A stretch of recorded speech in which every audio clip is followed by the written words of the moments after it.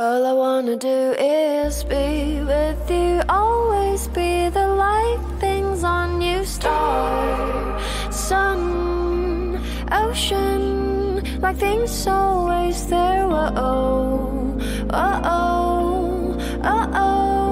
like things always there, my love. Good morning, नमस्कार सभी को। उम्मीद है सब अपनी अपनी जगह पे मस्त होंगे। सो हम लोग पहुंच चुके हैं दिशु के एनुअल फंक्शन में और ये मेन गेट की एंट्रेंस है। दिशु का स्कूल काफ़ी बड़ा है और वेलकम के लिए उन लोगों ने बहुत ही अच्छा सेटअप तैयार किया था।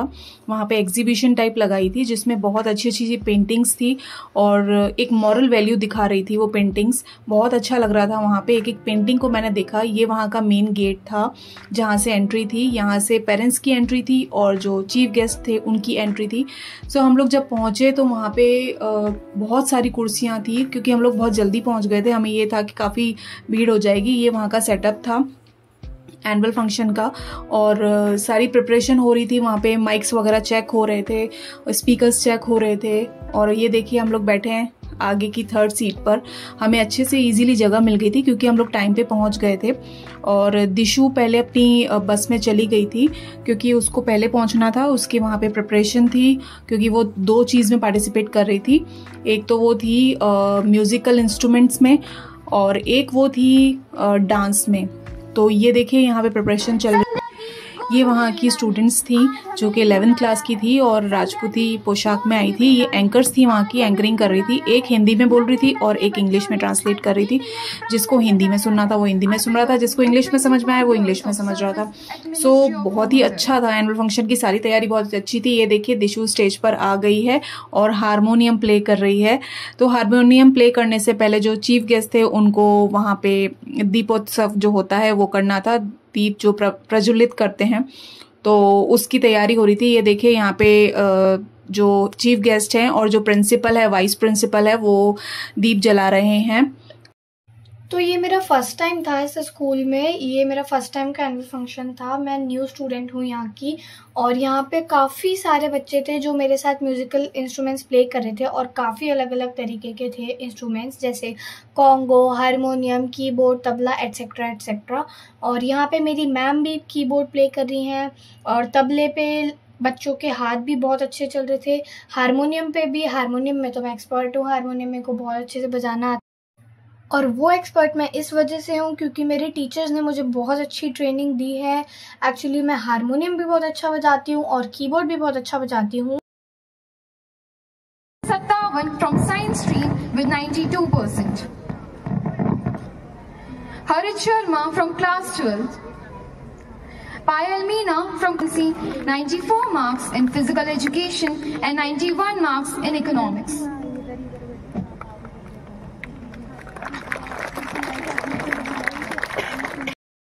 भी है कि बेटा रोज एक पेज इंग्लिश में लिख के मेरे को देगा, आज दिन भर आपने क्या एक्टिविटी करी। सो स्टेज पे तो चीफ गेस्ट स्पीच दे रहे थे और यहाँ पे हमारी मस्तियाँ देखिए। मैं इनको बोल रही थी कि मैं वीडियो बना रही हूँ और ये शक्ल छुपा रहे थे अपनी।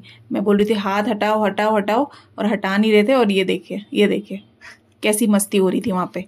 बार बार हाथ हटा रही हूँ, बार बार हाथ रख रहे थे। मैं थक हार के चुप हो गई फिर।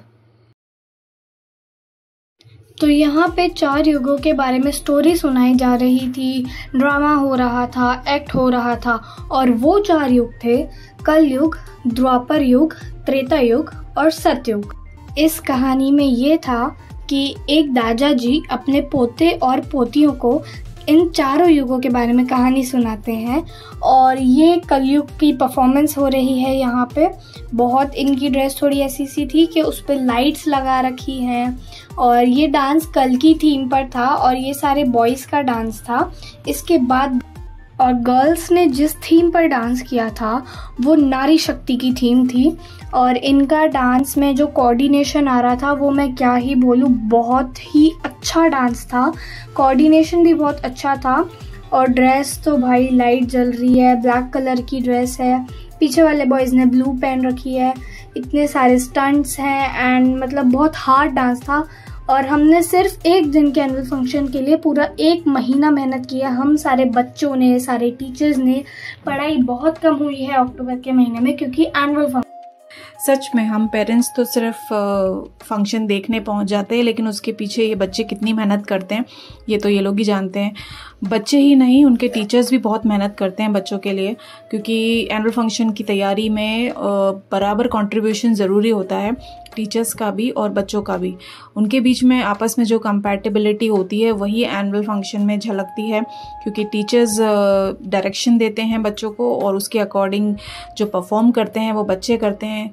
तो सब कुछ इन दोनों पे डिपेंड करता है कि क्या क्या कैसे कैसे तैयारी होगी। और मैं तो सच में जब मैंने एनुअल फंक्शन के डांसेस देखे, जो इनकी एक्ट्स देखी, जो इनकी प्रिपरेशंस, जो इनकी थीम थी और जो इन लोगों ने ड्रेसेस कैरी करी हुई थी, मतलब सारी चीज़ें ऐसी अल्टीमेट थी कि हाँ, लग रहा था कि भाई बच्चों ने मेहनत करी है और एक एक चीज़ का ध्यान रखा गया है कि कैसे कैसे क्या क्या। यहाँ पे ये देखिए, ये जो बच्चियाँ आ गई हैं ये नारी शक्ति के बारे में एक्ट कर रही हैं। इसमें नारी शक्ति का जो भी रोल था वो प्ले हो रहा था। और उसके बाद इन लोगों ने जो हमारे कंट्री की, हमारे इंडिया की जितनी भी लेडीज़ हैं जो कि रियल फाइटर्स हैं, उनके बारे में एक एक के बारे में, जो सामने जो पर्दा चल रहा था उसके ऊपर जितने भी पिक्चर्स आ रही थी उसमें बैक टू बैक उन लेडीज़ के पिक्चर्स आ रही थी, लाइक किरण बेदी, कल्पना चावला, ऐसी जितनी भी लेडीज़ थी जिन लोगों ने हमारी कंट्री के लिए बहुत अच्छा कंट्रीब्यूशन दिया है, उन सब के पिक्चर्स आ रहे थे और रियल मायने में लग रहा था कि हाँ भाई, नारी शक्ति पे एक्ट हो तो ऐसा हो। तो भाई टोटल मिला के अगर मैं बात करूं तो जितने भी एक्ट्स हुए थे या जितने भी जैसे जो युग हैं, 4 युग, उनके बारे में जो भी बताया गया था, या नारी शक्ति के बारे में जो बताया गया था, या जितने भी बच्चों ने इंस्ट्रूमेंट्स प्ले किए थे जैसे कि तबला, सितार, कॉन्गो एक्सेट्रा, बहुत ही अल्टीमेट टोटल मिला के जो कॉम्बिनेशन था ना, जो कॉम्बो था वो बहुत ही अल्टीमेट था और बिल्कुल एनुअल फंक्शन में जाके बहुत अच्छा लगा। दिशु ने भी बहुत अच्छा परफॉर्मेंस दिया। दिशु का डांस, दिशु ने हारमोनियम प्ले किया था तो मैंने उसको भी रिकॉर्ड किया। और बहुत अच्छा लगता है जब आपका बच्चा कुछ करता है अपनी लाइफ में और जब दिखता है कि हाँ उसने मेहनत करी है। तो ये देखिए सामने पिक्चर्स दिख रही हैं और पता चल रहा है कि कौन सी लेडीज़ हैं। ये हमारी मदर टेरेसा और कल्पना चावला, ये सब जितनी भी लेडीज़ हैं जो हमारे रियल जेम्स हैं, James of our country.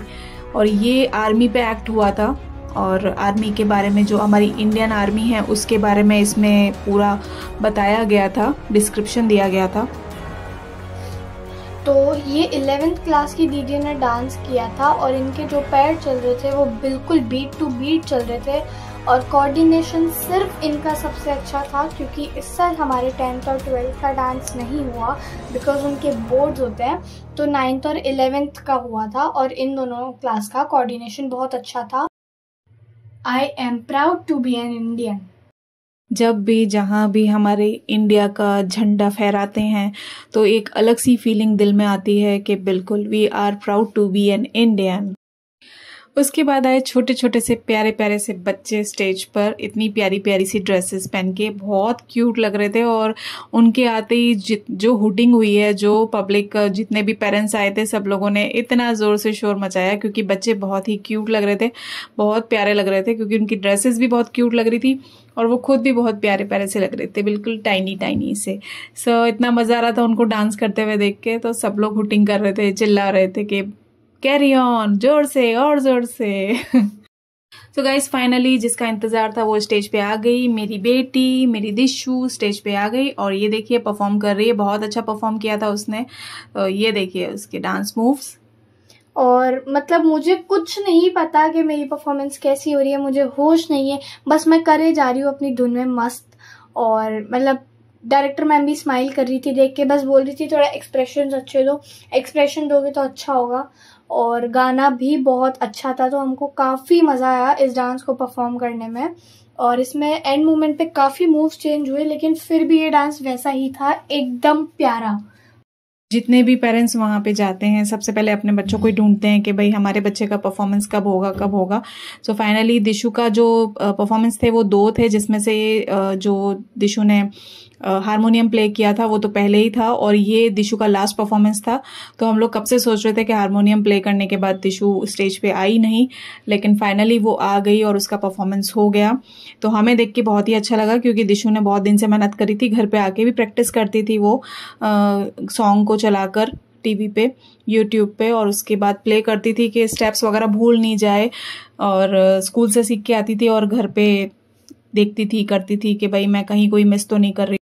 Annual function से दिशु फ्री हो गई थी, उसे हम लेके एक रेस्टोरेंट में बैठे, क्योंकि सबको बहुत भूख लग रही थी। ऐसा तो टाइम रहा नहीं था कि घर जाके खाना बनाए, तो मैं, मेरी मम्मी और दिशु के पापा, हम चारों ने एक रेस्टोरेंट में बैठ के खाना खाया। और वहाँ पे खाना खाते वक्त दिशु ने अपना सारा जितना भी एनुअल फंक्शन का जो भी चीज़ें थी वो सब बताई हमें। सो गाइज, आज का व्लॉग यहीं पे ख़त्म होता है और मिलते हैं अगले व्लॉग की नई धमाकेदार शुरुआत से। और अगर हमारे व्लॉग्स पसंद आते हो तो लाइक शेयर सब्सक्राइब हमें भी कर दो यार। बाय।